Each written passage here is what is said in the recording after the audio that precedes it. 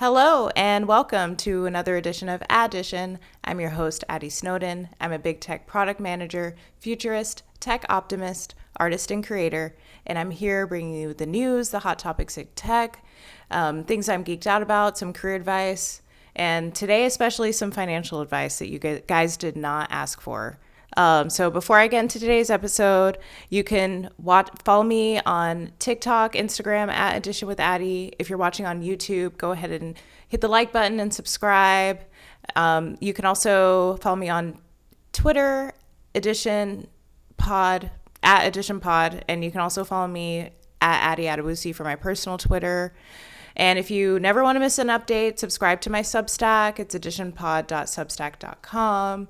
I am accepting sponsors. I am posting my first sponsored content tonight on TikTok, you guys. I am so happy about this. Please keep reaching out to me for sponsorships at additionpod@gmail.com. All of this is in the show notes as usual. So now that we've gotten that out of the way, the first hot topic, there hasn't been much going on in the past week that isn't political, and I don't want to talk about politics at all on the podcast. So let's talk about my tech news, which is what happened last week when I released the Women in Texas episode. So if you didn't listen to last week's episode, go back and listen, but I talked about how women leaders in tech are leaving in droves, and two nonprofits, Women Who Code and Girls in Tech, shut down this year. What's going on? I'm calling it the Women in Tech Exodus. Literally the next day, the information, Jessica Lesson released an email talking about the disappearing women in tech. She talked about specifically Women Who Code and Girls in Tech. It was pretty much in order verbatim from this podcast. So I already called her out on Instagram. I said one of your interns may have not done their research, however, or didn't know how to do proper citation. I don't think it was a personal thing against Jessica. I'm not taking it personally, but I'm going to call it out because women in tech need to support each other. And someone commented on my LinkedIn post, maybe that's why women are leaving tech. So I said my piece on that. Let's get into what I'm going to talk about today in today's episode, which is a reminder of the financial principles that I practice that help me get to where I am today. In tech, we're worried about layoffs.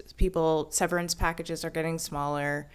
People have made a lot of major purchases in the past few years. After COVID, a lot of people bought homes. A lot of people started families. And now we're in this high interest rate period. Everyone wants to cut back. Everything is crunching.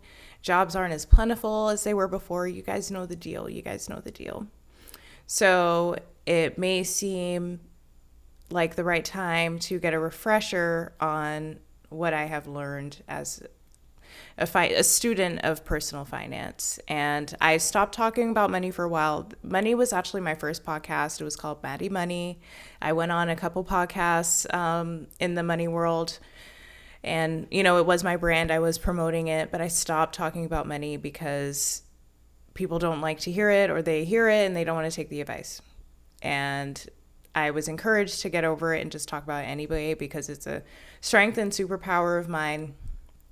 And I want to share the 7 easy steps and principles that it took for me to get to a place where, while we're a single income household, I am the single earner in the household right now, and we are still taking vacations. We just bought a Mac Studio. As you can see, I have a Birkin, and this is and go back to my Birkin episode if that rubbed you the wrong way, where I explained that I did not pay full price for this Birkin.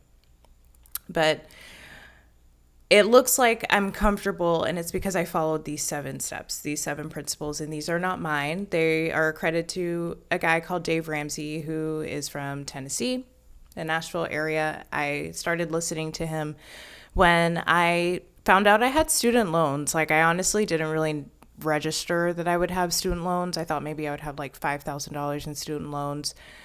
It was originally 12, and then maybe a year later or 6 months later, it turned into like 24, 26, 28.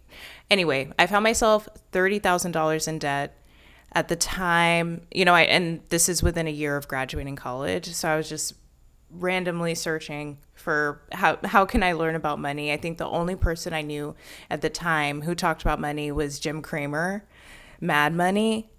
And by searching Mad Money, I came upon the Dave Ramsey show, and thank God, because Jim Cramer is not someone anyone should be taking any sort of financial advice from.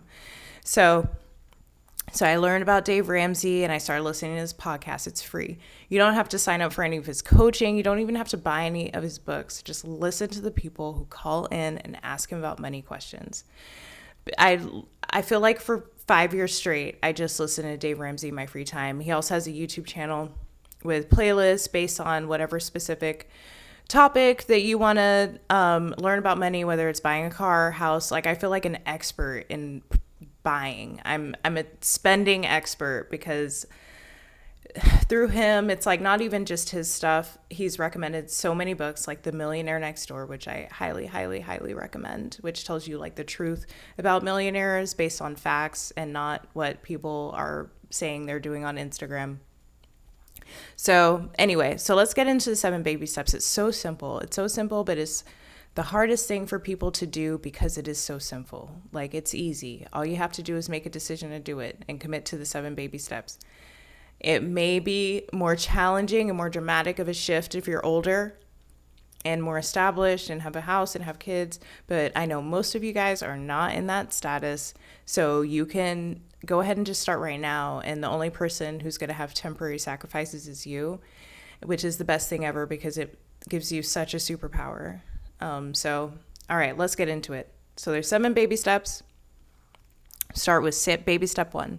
Save $1,000 for your starter emergency fund. This is a small amount to cover unexpected expenses and prevent you from going into debt.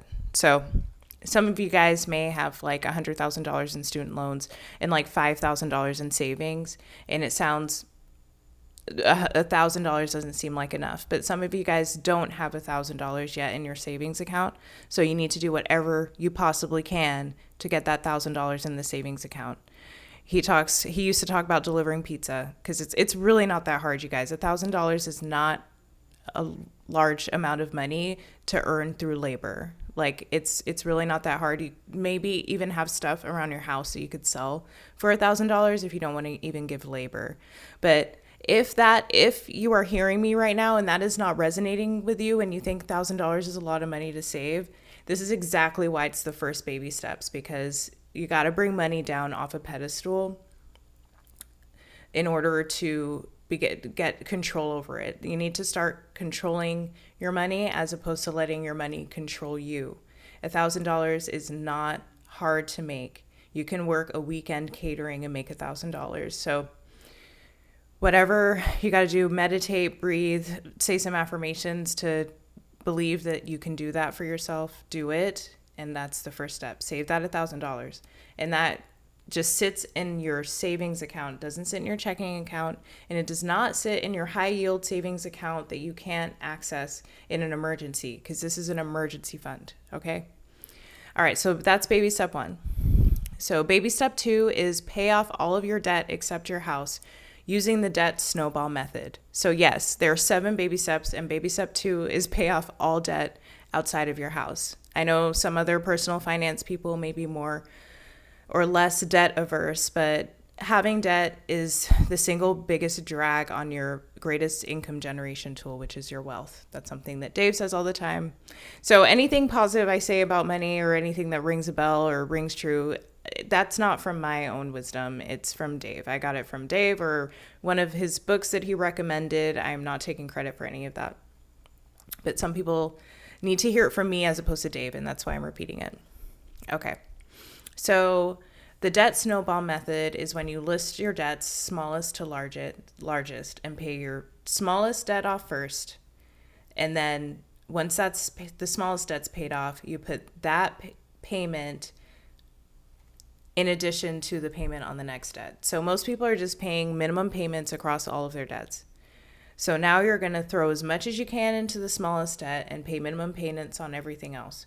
When you pay the smallest one off, then you take how much you're paying to the smallest one and then apply it to the next smallest one and then pay minimum payments on the rest of them.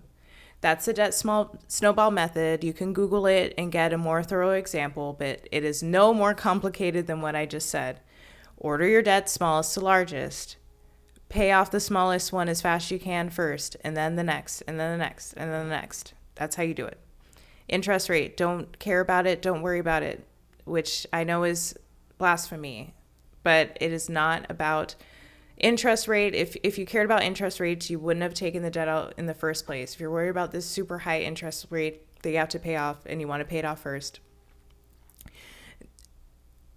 you wouldn't have done that if you cared that much. So might as well just let it wait a little longer. Don't overthink it. Don't overanalyze it. Because once you start paying off your debt, psychologically, you start seeing yourself as someone who pays off debt. Like, so much of money is mindset. And that's why people who have really good mindset work have a much better relationship with money than people who are still operating from a negative or low vibration mindset. So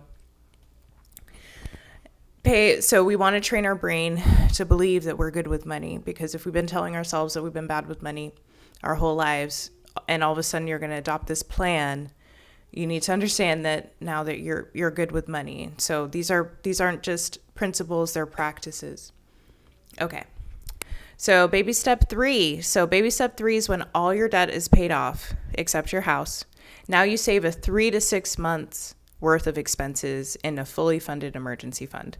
So the $1,000 was the baby emergency fund. Now you're going to have a fully funded emergency fund, which is 3 to 6 months of your expenses. Some of you guys may have no debt and you just come straight to this, and all you're doing is saving 3 to 6 months of expenses. He typically says that it's typically $10,000 to $15,000 based on your household, based on your expenses, and maybe closer to $15,000 to $20,000 or $20,000 to $30,000. Just look at how much you're spending and see how much you need to live for 3 months and then 6 months when you get there. So that's baby step 3. And you keep that, you can now keep in your high yield online savings account, which I'm sure most of you guys have who listen. You can save all your fully funded emergency fund in that savings account. Okay, so now there's a baby step 3B, which it shouldn't be complicated. It sounds complicated, but a baby step between 3 and 4 if you're planning on buying a house, which is save the down payment for your first house. And that should be the first house, the cost should be no more than 25% of your take-home pay on a 15% fixed mortgage. Okay, so you're saving for a house, and when you buy that house, it should be no more than 25% of your take-home pay on a 15-year fixed mortgage. Okay, that is what the type of house that you're going to buy, and you save your house down payment after you have saved 3 months of your living expenses. So that's why there's a baby step 3B after baby step 3. Okay. So now baby step 4 is invest 15% of your household income in retirement. For most of you guys, that's a 401k. If you're a public servant, you may have different names for your retirement account, but this is 15% of your household income. Even if your job says that they fully fund your retirement, you're still going to put 15% of your income in retirement. Repeat after me. You're still going to put 15% of your income in retirement.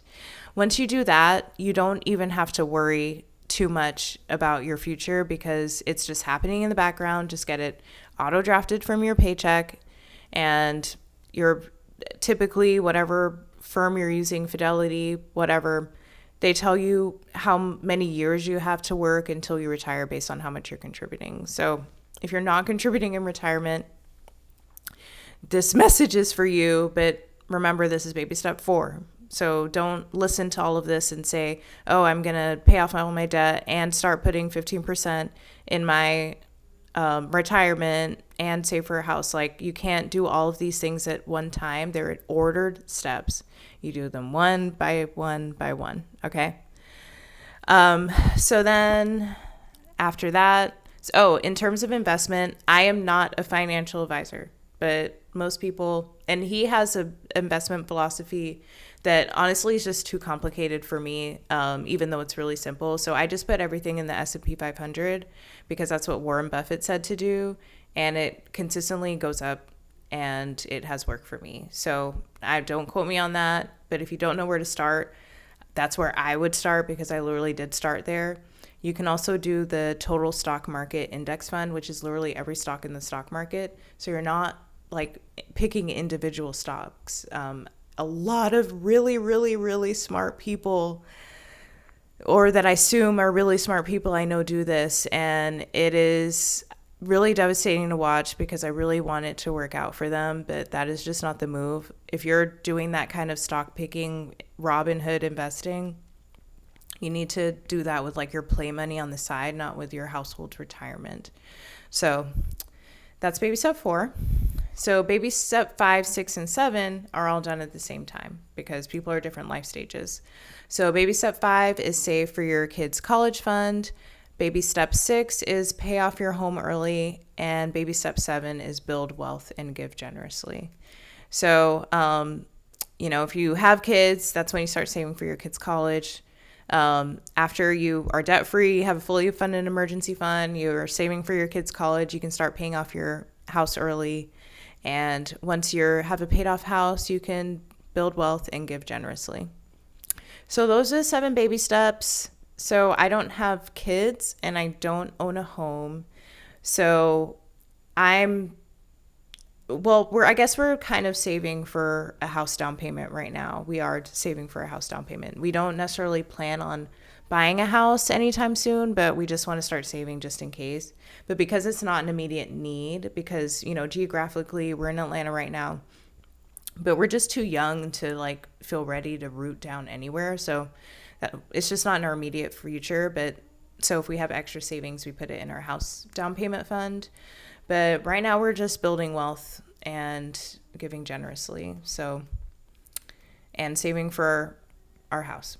So that's where we're at. So hopefully that resonated with you. Let me know if you're having any, let me know if you have any additional questions. Again, this is something I haven't talked about in a really long time, but it's definitely something that I believe I can help people with, and people need to hear it even if they don't want to hear it. So I'm just going to share this message with you guys. I hope that resonated. Okay, so next is the career segment. So we're continuing our deep dive into the 15 commitments, and we are on commitment.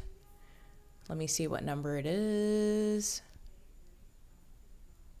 We are on commitment 4, speaking candidly.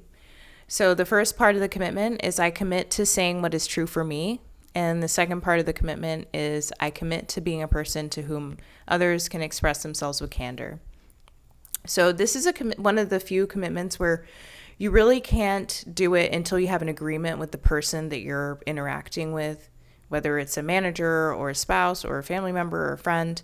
You need to both agree that you're going to commit to saying what's true for myself and receiving what is true from the other person, because this could really just cause a lot of bad problems if you can't just go around and say whatever you want and just say, well, it's true for me, so I'm honoring the 15 commitment. No, you have to make an agreement with that person. And they also talk about what the definition is of what's being true for you. You have to say that you have to own the truth for yourself, because most things aren't objective truths. So, for example, 1 + 1 = 2, that's an objective truth. There aren't that many objective truths like that, so you just want to make sure you're owning it as your truth. So this is one that I would definitely read the chapter on to get the context. They give you scripts on how you would establish a candor practice with your teammates. This is something that is a cultural change. It's not something that you can do, but if you're married or if you're partnered or if you have kids, you can make a commitment with that person and say, let's make this commitment to candor and create a space where we can speak openly. And that helps you practice the 15 commitment. Okay, so now it's time for what am I geeked out about this week. So this week I'm geeked out about the Mac Studio. If you are following me on TikTok or Instagram, you've seen a video of me journeying to the Apple Store and getting my first Mac Studio. As soon as the Mac Studio came out, I believe last year, I immediately wanted one. Or maybe it was 2 years ago now. It had the M1 chip. Because as you can see, I produce so many videos. I'm processing, I'm editing, and I use my college laptop. And that was not as long ago, or longer than I want to think it is. So I need an upgrade. My wife also creates content. We're also have a lot of other creative projects in the works. So it's time to get a Mac Studio. So we ordered it. It arrives July 26th. And I'm going to be making a video about the Mac Studio and doing a whole unboxing, everything. It's going to be amazing. So that's what I'm geeked out about this week. All right. So thanks so much for another episode. I appreciate you guys. Thanks for people watching me on TikTok Live. And I will see you all next week. Bye.